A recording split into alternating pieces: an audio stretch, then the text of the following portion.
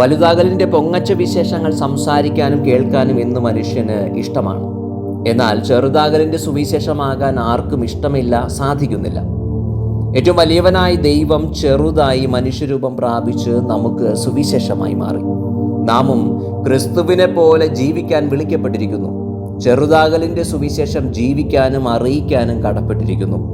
ഈ തപസ്സുകാലത്തിൽ നമ്മുടെ ജീവിതത്തിലൂടെ, പ്രത്യേകിച്ച് വാക്കുകളിലൂടെയും പ്രവൃത്തികളിലൂടെയും അപരന് നമുക്ക് സദ്വാർത്തയാകാം.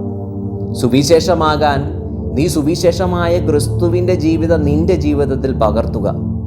ഓർക്കുക, ചില മനുഷ്യർ വായിക്കുന്ന സുവിശേഷമാണ് നമ്മുടെ ജീവിതം.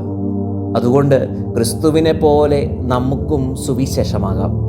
ഗുരു പറയും, നിങ്ങളിൽ ഏറ്റവും വലിയവൻ നിങ്ങളുടെ ശുശ്രൂഷകനായിരിക്കണം. തന്നെ ഉയർത്തുന്നവൻ താഴ്ത്തപ്പെടും, തന്നെ താഴ്ത്തുന്നവൻ ഉയർത്തപ്പെടും.